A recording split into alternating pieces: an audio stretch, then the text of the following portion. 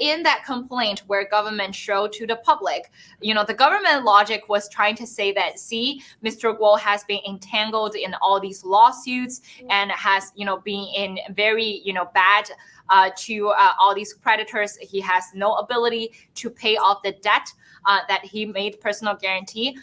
But the intention right there is that there are some details that even worth looking into for further investigation, is that, at the same time, the CCP also raided the offices. In 2015, the CCP raided the offices of Shining Time Ltd in China and, seized their bank accounts, raided their office records, corp documents. And at the same time, the Chinese Communist Party also, seized Mr. Guo and related family members' assets in Hong Kong Supreme Court. And so if you combine all of these attacks from Chinese Communist Party in legal court, in legal documents, you felt that stress from the Chinese Communist Party directly.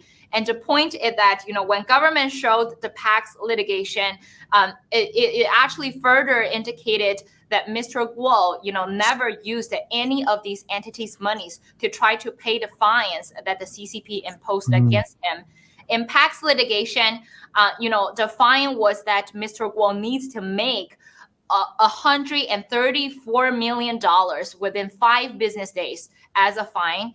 And the court ordered that, one of the yachts that Mr. Guo's daughter owned needs to return to the United States jurisdiction. And if the yacht was not returned, for every single day that the court counts, you will make a $500,000 fine each day.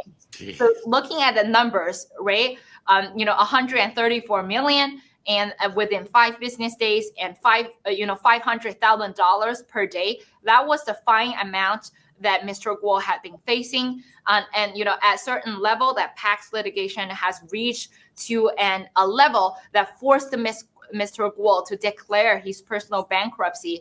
And it was at that time, that the PAX also moved to try to dismiss Mr. Guo's bankruptcy petition, so that all of these legal unrestricted welfare that Mr. Guo had been facing ever since he started to whistleblow to the public about CCP's evil nature. So the battle does not come from 2023 March 15th. The battle started since 2015. Ever since Mr. Guo fled from communist China. So we, despite, the argument that the government was trying to make in the court, but we found it very, appreciative that, the court has traced back to the history of Mr. Guo's battle between him, the one single man, to the one state, the Chinese Communist Party. And so all that, history was being presented to the court, and that Mr. Guo's defense team had made it very clear in facing the $134 million fine and in facing the 500,000 fines for the sum of judgment and for the orders, that Mr. Guo had never used a single penny of supporters' money to pay back the fine, to pay that loan. And instead, Mr. Guo chose to declare personal bankruptcy and to continue his battle against the CCP.